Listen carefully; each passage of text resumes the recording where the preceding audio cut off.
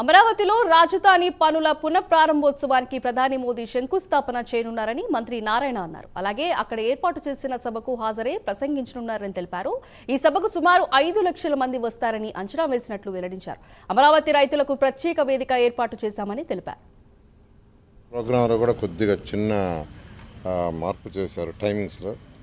Prime minister గారు 3:25కి 3 గంటల 25 నిమిషాలకి వారు అరైవ్ అవుతారు ఇక్కడికి, అమరావతి క్యాపిటల్ సిటీ ప్రాంతానికి.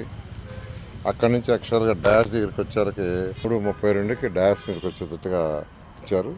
ఆ తర్వాత డాష్ మీద ముఖ్య నాయకులు మాట్లాడటం, ఆ తర్వాత 3 గంటల 50 నిమిషాలకి 11 నిమిషాల పాటు వీడియో అమరావతిలో ఏదైతే డెవలప్మెంట్స్ చేస్తున్నారో డెవలప్మెంట్స్ వర్క్స్, సిఆర్డీఏ రీజన్లో సిఆర్డీఏ వాళ్ళు ఏదైతే వర్క్ చేస్తున్నారో ఆ వర్క్స్ అన్నిటిని యాక్చువల్గా వీడియో చూపించడం, ఆ విధంగా యాక్చువల్గా ప్రోగ్రాం ఉంటుంది.